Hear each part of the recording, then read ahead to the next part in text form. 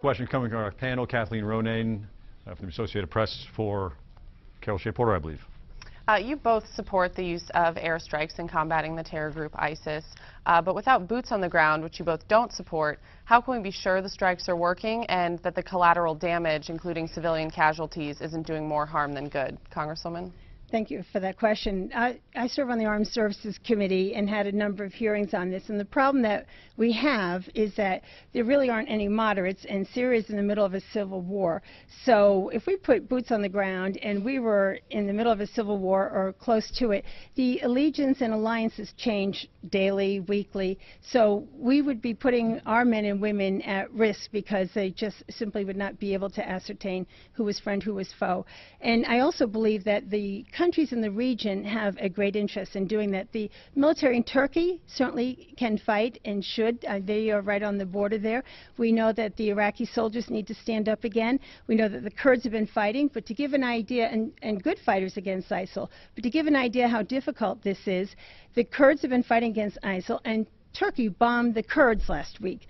So we simply can't put our own troops there. We can provide the airstrikes, which gives a little breathing room, and we can provide other assistance, but it's a bad idea to put troops on the ground. Mr. Ginta? Kathleen, the President and this Congress, including Carol Shea Porter, knew about this almost a year ago. The President did not act.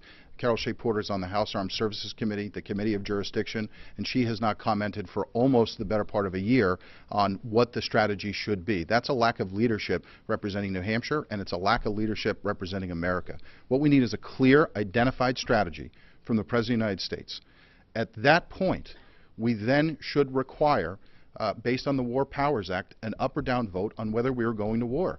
Everyone references the fact that we're at war, but there has not been a vote in this Congress. So unless and until I see some sort of real plan that has the stated goal of eliminating ISIS, I couldn't support it. This Syria position was spending $500 billion to train 5,000 people.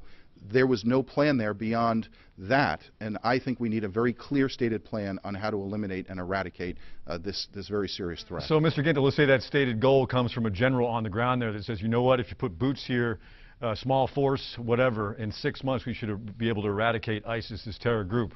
Are you in support of that? I think you have to look at what the generals on the ground specifically are saying, but I would hope what it would include would be our friends and allies in the region that would put boots on the ground. This is a problem that has to be resolved in the region of the country, but airstrikes to support that notion of other boots on the ground I think is a good idea, but I'd have to see the specifics of the plan before I could say up or down. The door is open to having troops from the region on the ground, but again, I'd have to see what the specific plan is, and this President hasn't provided that. Carol Shea Porter on House Armed Services for the better part of a year has not proposed that. Your thoughts? Well, you know, he knows so many things that just aren't so. I mean, I've been sitting on the Armed Services Committee with many hearings, and if Frank were following this, he'd know that there was a wide variety of opinions about what to do, which is very complicated, obviously. So he's just not right. Would you support boots on the ground if a general says, we need them here, we can do the job if we get them? No, I would not support troops on the ground unless this is an absolute unified everybody, and that is not the situation that we have because of the war in Syria. But the other part of it is that if you want to put boots on the ground and you want to really invest, then you shouldn't have voted for the sequester, which cut the military budget, because that's the other problem that I have been listening to from these generals and others, that the sequester cut the defense budget, and they are struggling. I'm on the Readiness Subcommittee. So, Frank, you're not on that committee, so you're not in Congress. You don't know. So I just wish you'd stop saying that we've done nothing, because the reality is that we have been looking at this. It's a very complicated situation. Take 30 seconds, sir. Well, Carol, you're right. I'm not in Congress. You are, and you've been there for 6 years. And the reality is, sitting on the House Armed Services Committee, you have not made one proposal. You have not led on one idea over the course of the last year as to how to eliminate ISIS, and that is part of your obligation and responsibility, not just as a member of the committee, but as a member of Congress who's representing New Hampshire.